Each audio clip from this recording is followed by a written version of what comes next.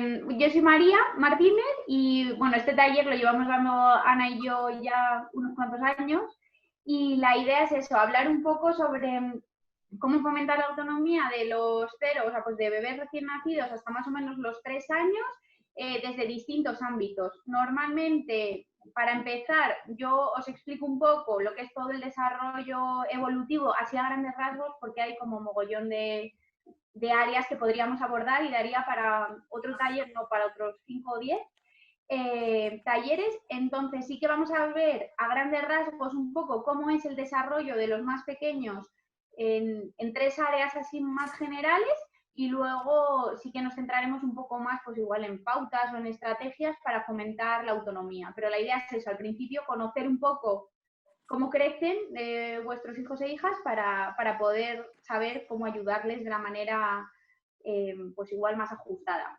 Yo he preparado 4, nada, no son ni diapositivas que voy a compartir y lo voy a hacer bien, porque ya tengo práctica, espero, pero luego yo creo que Salomé con la encuesta, lo que hemos hablado antes, eso os las pasará para... Mira, pues ahora basta que hable para que no la encuentre lo que quiero enseñaros. Un segundo, ¿eh? Ahora, perdón, es que no lo encontraba. ¿Se ve, no? Sí. En pantalla completa. Muy bien. Vale, pues un poco lo que os comentaba, los 3 ámbitos así generales del desarrollo que es importante conocer para saber cómo fomentar la autonomía de los niños de 0 a 3, los dividimos así en 3 áreas, ¿no? Lo que es movimiento y autonomía personal, estamos pasando de bebés que están totalmente dependientes en nuestros brazos a niños de 3 años que corren, escalan, trepan o lo que sea. El tema del lenguaje y la comunicación, igual, bebés que las comunicaciones que tienen son a través del llanto o balbuceos, a el hablar, preguntas. Todo eso hay un desarrollo enorme en los 3 primeros años. Y luego todo esto, cómo interfieren también en la relación con el entorno, cómo empiezan a experimentar, a conocer lo que les rodea, no solo los objetos, sino también a relacionarse con las personas, ya sean de su entorno familiar o entre sus iguales. Entonces, en el tema de movimiento y autonomía personal, es cierto que en el primer año están como divididos en los 3 primeros años, aunque es cierto que pues probablemente un niño de 18 meses se parezca más a uno de 3 que a uno de 11 meses. Pero bueno, así a grandes rasgos, en el primer año podríamos estar hablando en el tema de autonomía, que es una persona muy dependiente, salvo el final, los últimos meses en los que probablemente empiecen a gatear o a dar los primeros pasos, son niños pues eso, muy dependientes de los adultos o de las figuras que les cuidan. Sí que se produce eso, se agudizan mucho esos sentidos porque todo lo tienen que explorar a través de ahí, no pueden moverse. Entonces, toda la información que ellos reciben de su entorno es a través de sus sentidos. Por eso es importante estimular todo eso pues a través de las vías sensoriales, tanto a través de la vista, de los oídos, del tacto, del gusto. Y luego también importante de cara al movimiento y al desarrollo posterior es estimular tanto la motricidad fina como la gruesa. La gruesa pues es evidente, ¿no? A través de grandes movimientos, de las extremidades, pero también la fina, enseñarles, van, por ejemplo, ubicando sus manos. Al principio no saben qué son sus manos, pues poniéndoles pulseritas para saber de estas de sonido, para que ellos ubiquen dónde están sus manos y empiecen a tener como una percepción corporal de su propio cuerpo. Ya más adelante veis que a medida que ya van dando esos primeros pasos, pues se afianza un poco la marcha. A lo largo del segundo año habrá niños que gateen antes, habrá niños que no. Eso luego ya iremos viendo luego cómo el movimiento se puede ir eso, fomentando y para fomentar la autonomía. A los 2 años es cierto que lo sabréis los que tenéis hijos de esa edad, pues hay como una especie de una ausencia de la conciencia de peligros, no lo ven, ellos van sin mirar atrás, como diría, ¿no? Pues si es un tobogán, si es saltar de no sé dónde, no ven el peligro.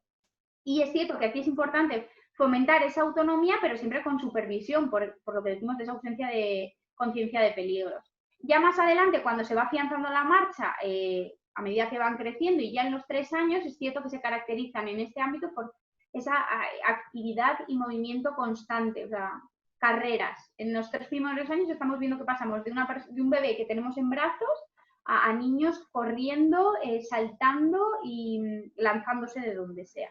Entonces es cierto que eso además, a medida que el movimiento se va afianzando, eso les da a ellos mayor seguridad y esa seguridad les va a ir dando mayor independencia del adulto y de las figuras de referencia que ellos tengan.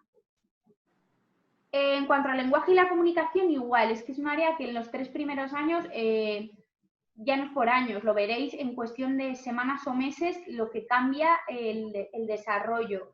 De que de repente en septiembre mi hijo decía, nada, como 4 palabritas sueltas, sí, no, tato, y ahora de repente me hace preguntas, frases o lo que sea. En el primer año es cierto que la manera que ellos tienen de comunicarse con el entorno es a través, pues, de los llantos, por eso lloran por la noche, del balbuceo, luego más adelante cuando empiezan a balbucear y de los movimientos, o cuando empiezan a señalar, ya cuando son un poco más mayores. María, sí. Tiene una duda Eva. Ay, perdón, es que como comparto pantalla no veo esto. Voy a salir de compartir pantalla, perdón, ¿eh? Es que no... Nada, no te preocupes. Dice, tengo una duda respecto al lenguaje. Un segundo. Chat, es que, uy, esto ya es de manual, o sea, de bachillerato de Zoom. Una duda con respecto al mío no dice más que sí, ¿no? Y tiene 1 año y medio. Bueno, pero es pequeño. O sea, es pequeño. Sí, es muy pequeño. Y yo, sobre todo, en cuanto al lenguaje, no me fijaría tan, yo siempre lo digo, igual no me fijaría tanto en la cantidad de palabras que digan, sino en la intención comunicativa que ellos tengan. O sea, en que ellos se hagan... entender. Se hagan entender, me salía se hagan saber. Se hagan entender, o sea, hagan entender a los adultos lo que quieren. O sea, que vale, o sea, que aunque me digas si no sepa ni una sola, ni mamá, ni papá, ni nada, no pasa nada, ¿no? Claro, igual, por ejemplo, no lo sé, porque no, bueno, no sé si conozco a tu hijo, porque no, ahora no te ubico, pero, o sea, no sé si es del cole, pero sería, o sea, importante, no lo sé, pero también a veces crearles la necesidad de que ellos usen ese lenguaje.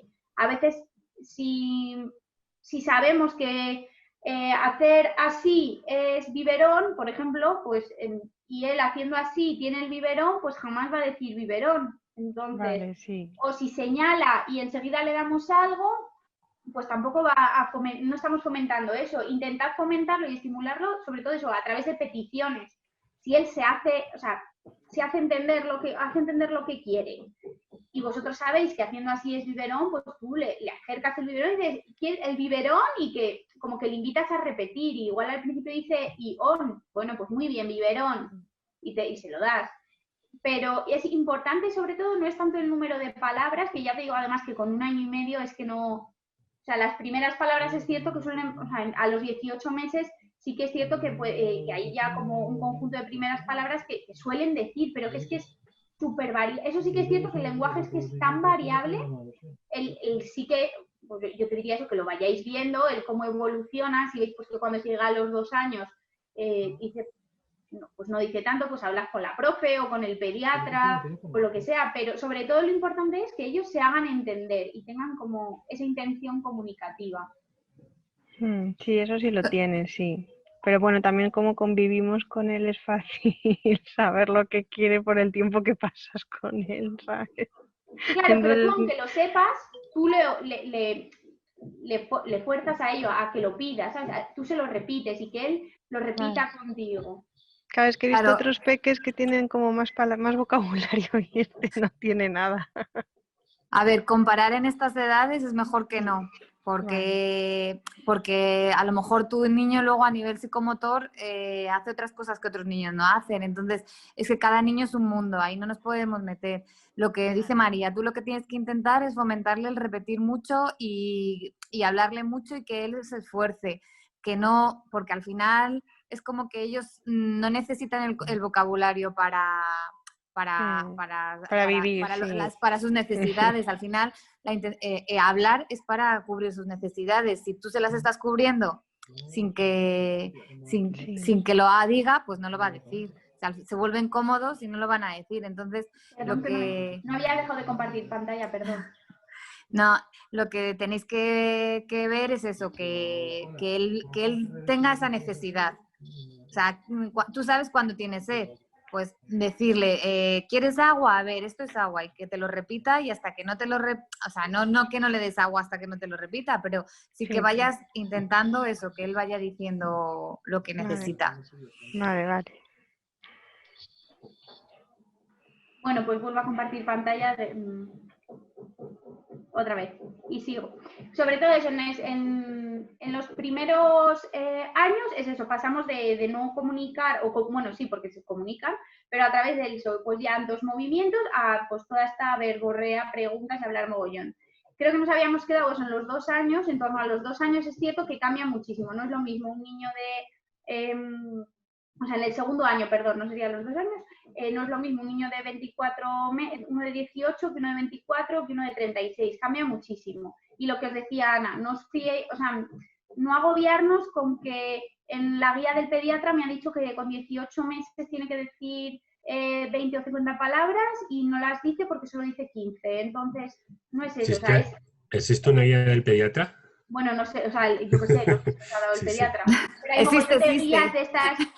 Yo, mira, voy a tirar para mi tierra y La Rioja tiene una guía de atención temprana de 0 a 3 estupenda y maravillosa que yo os invito a leerla a todos los que tenéis hijos de 0 a 3, con mogollón de pautas para estimular el mogollón de ámbitos y vamos, que es riojana la guía y es maravillosa. Yo la he leído, Si la puedes adjuntar, cuando nos mandes la pues os la mando.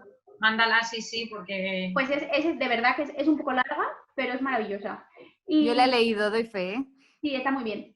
Y entonces, pues, ya me he perdido. Eso, en el segundo año hay mogollón de variabilidad. No agobiarnos porque yo entiendo que el tema del lenguaje es una cosa que agobia mucho. Porque no habla. Lo que decimos es importante. Más importante que lo que habla o cuántas palabras dice es que se comunique. No hay que diferenciar entre lo que es hablar y comunicar, ¿vale? Nos podemos comunicar de más maneras que a través de las palabras. Todos podemos ver pues gente que no habla nuestro idioma, incluso pequeños, y se hacen entender estupendamente. Y tú sabes en todo momento lo que quieren. Y igual no dicen ni una palabra o ni una palabra de castellano, pero se hacen entender. Entonces, eso es importante, el ir estimulándole. Pues a través del juego, aunque pensemos que no entienden, hay una mayor capacidad, ellos comprenden mucho más de lo que expresan. Entonces, el hablarles, el describirles las cosas que vemos, el nombrarles las cosas cuando se las damos, incluso desde que son pequeños, describirles lo que vemos. Tampoco es cuestión de ahora de hacerle unas descripciones súper detalladas, pues siempre un poco ajustadas a la edad, pero a través del juego, hablar e intercambiar intercambios comunicativos con ellos, ¿vale? Hay cuentos para niños de hasta 2 años con vocabulario. No hace falta irnos a cuentos grandes y, que cuenten cosas, sino simplemente que te pone el dibujo y lo que es, o el animal y cómo se llama y lo que hace los sonidos. Una cosa muy importante es con el tema de los animales, que tendemos mucho a decir, esto es un guau guau, no, esto es un perro y el perro hace guau guau, porque si no ellos al final no distinguen. O sea, relacionan los animales con la onomatopeya, pero no con lo que es. Entonces, es importante que les enseñemos las palabras como son y como suenan, no cosas que no son. Y tenéis cuentos que dicen mucho eso. Perdona, María. En ese sentido, también una cosa que es cierto, cuando empiezan a hablar, muchos niños tienen, pues dislalias o así, que no pronuncian bien algunas letras, ¿no? Entonces, pues todos tenemos igual o conocéis, o porque son vuestros hijos, o los compañeros de la escuela infantil, o vuestros sobrinos, o los que veis en el parque. El típico niño, pues, por ejemplo, que habla todo con la T. Ti, to, tal. Y claro, es graciosísimo, porque ver a un niño de 2 años, a todo lo habla con la T, nos partimos todos. Y es muy gracioso, es cierto. Y no pasa nada porque alguna vez, pues repitamos porque dice, en vez de perro, dice terro, y pues, nos hace gracia. Bien. Pero el que a veces eso que a nosotros nos hace gracia y fíjate qué mono es el niño, porque con 2 años o 3 es que lo dice todo con la T o con la P o con la C. Si nosotros eso lo repetimos, en lugar de no corregírselo como no se dice tal, se dice, no hace falta decírselo de esa manera, pero si yo sé que hay una parte que sí, sí, y él me está diciendo ti, pues tú le repites, sí, pues toma, entonces se lo das. es como una sobrecorrección, pero natural, no como señalando que es un error, sino como repitiendo lo que él quiere decir, pero con la versión como correcta. Eso pues les ayuda a progresivamente ir aprendiendo, ellos al final aprenden a hablar por imitación, por lo que escuchan y ven a su alrededor. Entonces, si los modelos que tienen a su alrededor repiten esos errores que ellos cometen, ¿cómo van a aprender que eso no se dice así? Entonces, hay que ir ofreciendo, pues eso, modelos que sean los adecuados. Y luego eso, pues Y los niños bilingües, que eso no le hemos preguntado a Eva, pero los niños que tienen 2 idiomas en casa normalmente hablan más tarde. O sea, que eso también es una realidad. Vaya. Y bueno, ya el último área, y luego ya nos centramos así igual en cosas más prácticas. Ay, no, que es que no estoy en pantalla completa, Dios mío, y lo estoy haciendo regular esto, del compartir pantalla. En torno a la relación con el entorno, lo que decíamos al principio, los niños se relacionan con el entorno desde que nacen, y el entorno no es solo el parque o salir al jardín, sino es también las personas, los objetos que hay a su alrededor, y las personas, tanto sus familiares como los que no son familiares, como sus iguales, si van a la escuela infantil o al parque. Entonces, es cierto que esa relación con el entorno la van a descubrir a través de experimentar, de ir experimentando lo que tienen a su alrededor. Para eso es muy importante, pues, el objeto de esta charla, ¿no?, que es fomentar esa autonomía en ellos. Es cierto que al principio, en ese primer año, hay una dependencia del adulto para cubrir todas sus necesidades más básicas. Es decir, es como que hay como cero motivación por descubrir lo que hay a su alrededor porque todo lo reciben, ¿no? Es como una relación unidireccional. Pero es cierto que como adultos nosotros tenemos, pues eso, lo que os decía antes con el lenguaje, el ir enseñándoles las cosas, el explicarles lo que les damos. Pues si es el biberón, pues el biberón, y lo nombramos para que ellos vayan identificando y conociendo lo que hay a su alrededor.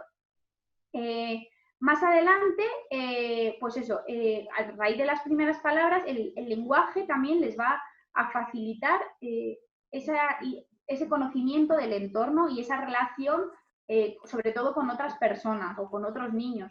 Si yo tengo palabras o me comunico señalando lo que sea, eso me va a facilitar el conocer, pues mira lo que quiero, pues es que ¿qué es eso de allá arriba? Y señalo y me lo acercan y eso me va a permitir pues conocer qué hay a mi alrededor más allá de donde yo puedo llegar. No solo conozco a dónde yo puedo andar, sino que si sé pedir o sé señalar, pues voy a poder conocer cosas que están fuera de mi alcance.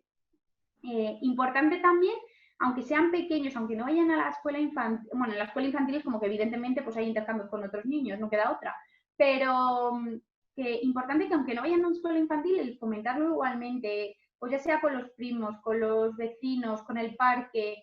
Es cierto que ahora pues la situación es muy complicada y todo como que se ha complicado un poco más, pero sí que es importante darles esos espacios para que ellos puedan ir conociendo y relacionándose también con iguales, no solo con adultos. Porque la manera de relacionarnos, de relacionarse de los pequeños con un adulto no es la misma que con un igual. Un adulto al final no es una relación equilibrada, o sea, el adulto da, el niño pues da, pero pues el cariño y todo eso, pero no es una relación equilibrada. Sin embargo, ellos tienen que aprender a relacionarse de igual a igual. Y eso, pues al final, no lo pueden hacer si no tienen niños de su edad alrededor. Y sí que es cierto eso, que porque cuando son más mayores, en relación al entorno, sobre todo hacia el adulto, pues eso, los conflictos de autoridad, el no, que lo conoceréis los que tenéis ya hijos un poco más mayores, y esas cosas de ser, o no retar, pero sí pues el andar preguntando, al final hay un egocentrismo a esa edad y todo gira en torno a mí y no veo más allá, y eso pues puede dar lugar a esos problemas a veces o a esos comportamientos igual un poco más inadecuados. Y esto es como así la parte más de desarrollo teórica, y la idea ahora pues es eso, es centrarnos un poco en, voy a dejar de compartir pantalla y centrarnos un poco en áreas así más generales de cómo fomentar la autonomía. Algunas de las hemos dicho, pues el lenguaje, el movimiento, a través de pues, todo lo que es la alimentación, vestimenta, aseo y esas cosas que Ana es estupenda y maravillosa y os lo explica siempre súper bien. Muchas gracias, María. Bueno, al final todo esto que ha contado María, todo se relaciona entre sí. Es decir, si un niño al final todo fluye, pues todo se relaciona entre sí, todo va bien. Entonces, yo os voy a contar un poco cómo fomentar la autonomía en los diferentes ámbitos que ha dicho María. Pues, por ejemplo, a la hora de desplazarnos, lo que ha dicho María, ellos no tienen miedo, pero tampoco vamos a transmitirles los nuestros. Es decir, los niños con 1 año, cuando empiezan a andar, son muy inestables, pero se tienen que caer y se tienen que poder levantar. Porque si no, si vamos corriendo, es muy curioso, cuando tu niño se cae, no se ha hecho nada y tú vas corriendo, ¿ay, cariño, qué te ha pasado? Lo normal es que llore. Si le dices, venga arriba, no pasa nada, se levanta y vuelve a subir, y vuelve a correr. Entonces, eso tenerlo muy en cuenta, que todo lo que nosotros les transmitamos de seguridad, ellos van a estar seguros. Si nosotros somos inseguros con ellos, van a ser niños inseguros. Y no queremos crear niños inseguros, porque al final también eso les perjudica en su día a día. Entonces, hay que dejarles eso, dentro de que no se suban a un tobogán donde si se caen, su altura es enorme, pero si vosotros veis que ellos son capaces de subir, si estáis al lado y no se van a caer, si él lo consigue, es que para él es un reto. Y tenéis que dejarles, siempre que nosotros estemos controlando esa situación, ¿vale? Y la motricidad fina está muy bien trabajarla, pero aquí también os digo, tampoco hay que hacer nunca de más. O sea, las manitas de los niños hay que prepararlas. Tenemos mucha tendencia antes de los 2 años muchas veces darles un boli, un lápiz, y hay veces que ellos cogen la pinza, no la saben utilizar. Entonces, si ellos cogen el lápiz mal, luego eso es muy difícil de quitar esa manía. Es mucho mejor darles, pues la plastilina es muy dura, pero si en casa manejamos masa de sal o estas plastilinas que son más blandas, o dejarles rasgar papel, pues eso les favorece muchísimo la pinza para que cuando tengan que coger un lápiz lo cojan bien. Porque si no, luego llegan a 3 años con ¿cómo decirlo? Con el vicio cogido, que es muy difícil quitarle, que además les crea contracturas, los niños les duele la espalda y no te lo dicen, porque este movimiento es súper difícil de quitarlo. Entonces, si nosotros preparamos muy bien la pinza y ellos cogen el lápiz bien, pues cuando llegan a 3 años van a saber escribir mucho mejor que si les hemos dado un lápiz antes de tiempo.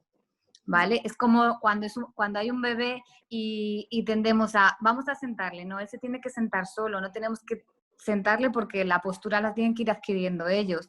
Es muy importante que a los bebés, cuando ya pueden estar en el suelo, vayan rectando ellos hasta que ellos consigan ponerse sentados y consigan gatear. Para eso lo que tenemos que hacer es estimular.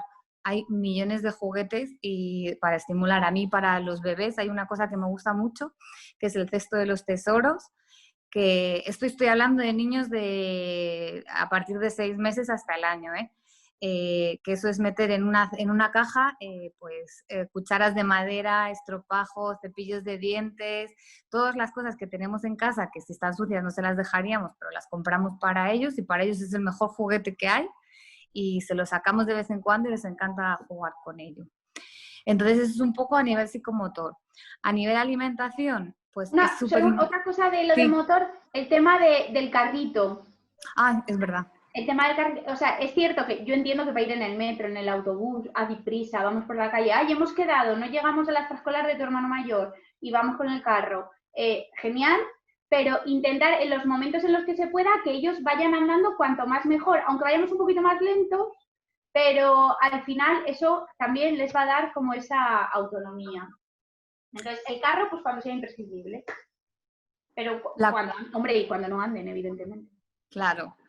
Sí, y cuando empiezan a caminar, pues paseitos cortos les vienen fenomenal sin el carro, porque además, de hecho, ellos cuando empiezan a andar es muy raro que quieran el carro, nos empeñamos nosotros. No, es que además te montan una rabieta cuando le vas a meter al carro, es que no quiere, claro que no quiere, porque está descubriendo el entorno, que es lo que hablábamos. Entonces lo que quiere es descubrirlo de verdad. Lo que pasa es que, claro, nosotros que vamos con prisas a todos sitios, pues llevar a un niño de 1 año y medio andando hasta un trayecto largo, pues no llegas nunca. Entonces, pues, pero sí que cuando tenemos tiempo, pues sí que es recomendable poder ir haciéndolo. Y luego, el tema de la alimentación, que es algo que además nos preocupa mucho a los padres. Yo me he dado cuenta que esto, con más calma se haga, es todo mucho mejor. Y en la escuela infantil, en el Porvenir, lo que estamos haciendo además es introducir trozos sólidos desde que tienen 6 meses. Está resultando fenomenal porque además ellos manipulan y experimentan. Volvemos a la pinza.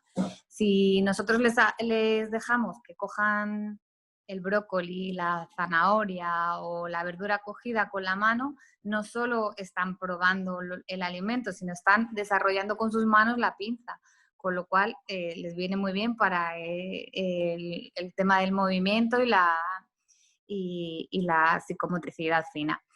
Además, esto nos está dando que ellos van a diferenciar que el brócoli sabe a brócoli, no le metemos en un puré 18 verduras que luego no van a saber diferenciar.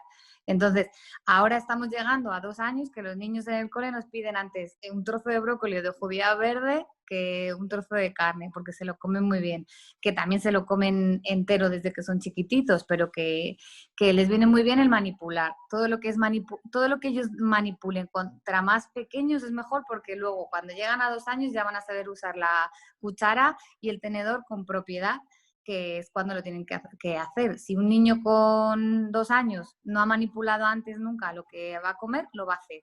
Y va a jugar con la comida porque lo tiene que hacer. Se nota cuando un niño no ha manipulado la comida y están en 3 años, además es que entras a cualquier clase de 3, o sea, o vosotros en casa o con vuestros sobrinos es que se ve, y el que de repente le ponen algo y empieza las lentejas. Y es una cosa, a mí las lentejas que me llama mucho la atención con los trozos de zanahoria, y ves a los niños metiendo las manos y cogiendo los trozos de zanahoria, porque claro, no han visto un trozo de zanahoria nunca. Y entonces todo lo hacen. Entonces, si eso es que es un paso, o sea, eso es evolutivo, ¿no? Es lo que dice Ana. Eso lo van a hacer. Si no lo hacen con 2 años, porque lo que comen es puré, que está claro que el puré también hay que comer, o sea, también se puede comer.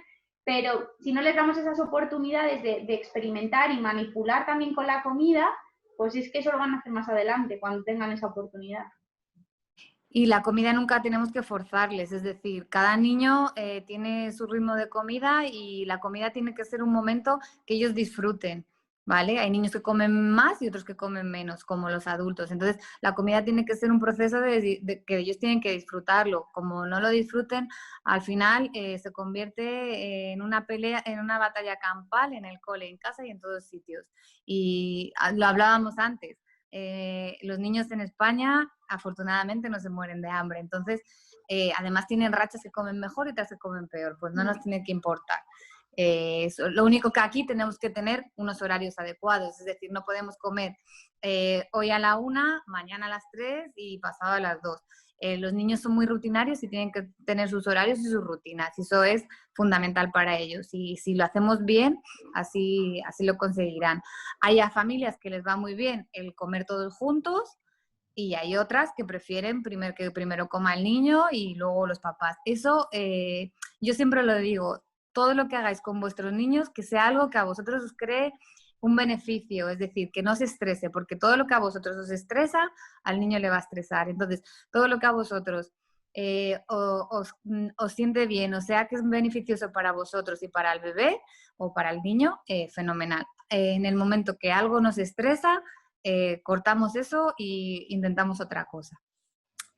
Y yo creo que aquí de la alimentación, no sé si tenéis alguna duda, ¿me queréis preguntar algo?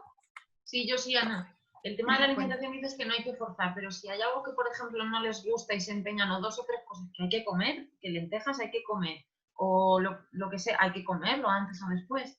¿Cómo abordas eso? Yo me acuerdo cuando era pequeña, pues si no quieres para comer, te lo cenas, pues si no, lo desayunas. O sea, que yo entiendo que ese es un método como muy, no sé, pero vamos, algo hay que hacer, de alguna forma hay que hacerle entender al niño que no puede ser todos los días arroz. Ya, lo que pasa es que si son 2 alimentos en concreto nada más que no le gustan, es que no le van a gustar, porque todos tenemos un gusto. A ti seguro que hay algo de comer que no te gusta nada y nunca lo comes. Entonces, si tú lo que quieres es que lo pruebe por lo menos, pues intenta ponerle 3 días a la semana un poquito de lentejas, 2 cucharadas en un plato, sin forzarle, que lo vea, y se lo pones. Y no le digas nada, simplemente que lo vea allí y que lo vea. Y luego, en vez de ponerle, le pones el poquito de lentejas y un segundo plato. Y Mateo, prueba esto, que está muy rico. ¿Que no quiere? Pues que se coma lo otro. Y no le des otra cosa. Lo que no tienes que hacer es darle otra cosa, pero que él lo vea y que lo pruebe. Y ni te enfades con él ni le fuerces, porque contra más te enfades, y si él realmente no le gusta, es que no le gusta. Y si un día de cenar, por ejemplo, se empeña en que lo que le has puesto no lo quiere, no le puedes hacer otra cena diferente, No. porque entonces te gana. Claro. ¿Es que se va a la cama sin cenar? Sí. No le va a pasar nada, ¿eh?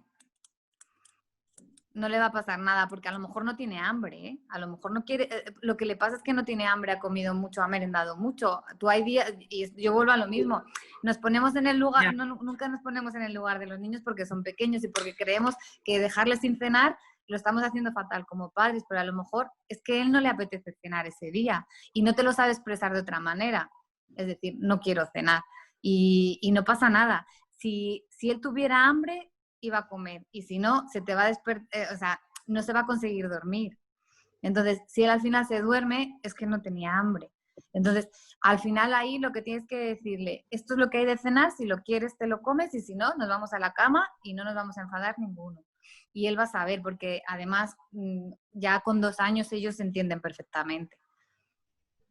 Pero seguramente que te ha pasado alguna vez que te has querido ir a la cama sin cenar porque no tienes hambre. Pues, sí, pero yo creo que nos pasa mucho lo que tú dices, que no nos ponemos a veces, o pensamos que si nos ponemos excesivamente en el lugar del niño nos va a ganar la batalla y entonces, a ver, es un poco ahí el equilibrio de qué hago. Yo, que nunca he tenido problema, gracias a Dios, de que el niño no me come y No. come de todo. Pero lo que sí nos leímos antes de los 6 meses, que yo creo que nos ayudó un poco a cambiar la mentalidad, era el libro de Mi niño no me come, creo que era de Carlos González. Sí. Y yo creo que lo ves con otra perspectiva todo este tema de la comida, que ya digo, yo gracias a Dios no es nuestro Te relaja problema un poco, yo creo, porque al final es cierto que el tema de pues así de lo que estamos hablando hoy, el tema de la comida es lo que más preocupación genera en los padres, y yo lo entiendo, porque al final es como, no come, o sea, un niño que no come, porque lo hablábamos antes, ¿no? El niño que no duerme genera nerviosismo en los padres, o sea, es tal, pero preocupación, yo creo que la preocupación la genera el niño que no come, o sea, o que no come fruta, o que es que come mal, o eso genera un nerviosismo en los padres, o sea, hay una preocupación, yo por lo menos no creo que es, por mi experiencia, en lo que más preocupación genera. Entonces es cierto que yo creo que eso, como que hay que, lo que decía Ana y el libro que comenta Jesús, ¿no? Es el relajarse, o sea, relajarse sabiendo un poco que es eso, que tiene comida, o sea, que no pasa nada. Sí, en nuestro caso no es lo que, o sea, me pasa igual que a Jesús, que el niño no come mal, pero es verdad, nada mal. De que hay noches, no come para nada mal, pero que hay noches que dice, yo no quiero esto, quiero arroz, no quiero esto, y dices, bueno, hijo, pues nada, pues no cenas y te vas a la cama. Es un poco que te sientes ahí mal, pero bueno, si es lo que hay que hacer, es lo que hay que hacer. Sí, a veces es más lo que te dice Ana y la manera en que se lo decimos, ¿no? Desde la calma y desde el no enfado, es como, no, pues es que hoy hay esto de cenar, cariño, si no quieres, pues no pasa nada. A lo mejor te va a venir muy bien adelantarte 1 hora antes. Mateo, hoy he de cenar albóndigas. Dentro de media hora, dentro de 1 hora cenamos. Y entonces tú ya le has dicho lo que hay de cenar y ellos necesitan eso también muchas veces, el saber.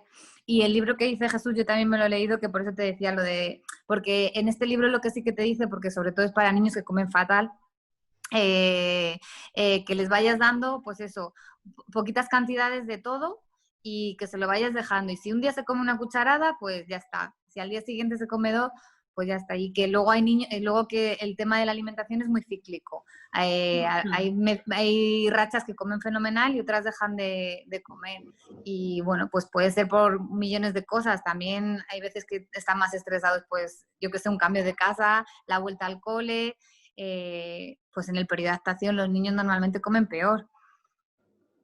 Entonces es un poco eso. Luego, la autonomía en el juego. Pues aquí es un poco también seguir la evolución de cada niño. Al principio nosotros jugamos mucho con los niños y hay que estar con ellos, pero cada vez que se van siendo más mayores les tenemos que ir dejando jugar ellos solos, supervisando, como hemos dicho antes, por el tema de que ellos no tienen miedo, pero sí dejarles a ratos pues con las construcciones, con los puzzles, que ellos vayan sabiendo también un poco lo de que están solos pero que tú estás allí, que ellos tienen que jugar solos. ¿Vale? Juegos variados y acordes con su edad. Y sobre todo aquí podemos trabajar muchísimo la psicomotricidad fina en casa, y cuando están en el parque es fundamental dejarles jugar solos con otros iguales, como decía María. Nosotros estamos, ellos tienen que ver que estamos, pero que ellos sean capaces de jugar con otros niños aunque papá y mamá estén, porque además llega un momento que tienen un sentido de la posesión muy fuerte de papá y mamá. Entonces, pues bueno, yo estoy aquí y además puedo estar compartiendo juguetes con otro amigo que tienes aquí en el parque, que eso les cuesta un montón. Compartir los juguetes y compartir a papá y a mamá de hecho, es muy gracioso en 2 años que te dicen, mi papá es mío, y entonces tú le preguntas, ¿cómo se llama papá? Y no lo saben. Él se piensa que la palabra papá es papá. Entonces, es muy importante que les digamos que papá y mamá tienen un nombre, porque si no, llegan unos conflictos y unas peleas en clase que no lo podéis imaginar. Mi papá es mío, no, mi papá es mío, no, mi mamá es mía. Pues no, es que yo se lo intento explicar. Entonces, al final nos hacemos una lista con los nombres de los papás y las mamás para que ellos sepan.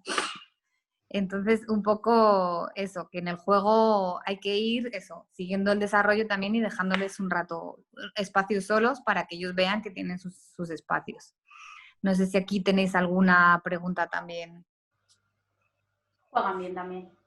Sí. Luego, la higiene. Bueno, aquí yo sí que como educadora voy a dar un aplauso a todos los padres, porque los niños después del COVID han venido que se lavan las manos a la perfección, da igual la edad que tengan, pero es una pasada como entran al baño y se lavan las manos sin ningún problema. Y si te ven ya con el bote de gel, ya te dicen, ¿me echas un poco? O te ponen la mano directamente. Pues eso, por ejemplo, el momento del baño, cuando acabamos del baño, es un momento muy bueno para dejarles vestirse, que ellos vayan cogiendo autonomía para ponerse los pantalones, para ponerse la camiseta, con ayuda, porque al principio es muy difícil. Con el tema del pañal, cuando les vas a quitar el pañal, pues sobre todo cuando estás preparando el proceso, que ellos se bajen los pantalones, que el pañal lo tiren a la basura, todas estas cosas es muy importante que ellos lo vayan haciendo. Y lo de tirarle de la cadena les encanta, eso es el mayor premio cuando hacen pipí en el váter, eso les encanta. Entonces, todo el tema yo entiendo que por la mañana es muy difícil el que se vistan solos, sobre todo cuando tenemos que venir a trabajar. Pero el fin de semana, si tenéis un rato, a partir del 1 año y medio, ellos pueden ser capaces de ir poniéndose prendas de vestir solos. O sea, por ejemplo, los calcetines no se los va a poner un niño de 1 año y medio porque eso requiere mucha psicomotricidad fina, pero un pantalón, los bracitos de la camiseta, los zapatos se los vais metiendo un poco y le vais ayudando y lo pueden hacer perfectamente. Y eso luego les crea una seguridad. Contra más autónomos ellos se sientan, les crea más seguridad y las rabietas son menores, aunque no lo creáis, pero contra más autónomos ellos se sientan y más puedan comunicar lo que les pasa y más puedan hacer, las rabietas se gestionan de otra manera. Y eso será otro taller que daremos María y yo el trimestre que viene. Y yo creo que no me queda nada, no sé si tenéis alguna duda, alguna pregunta.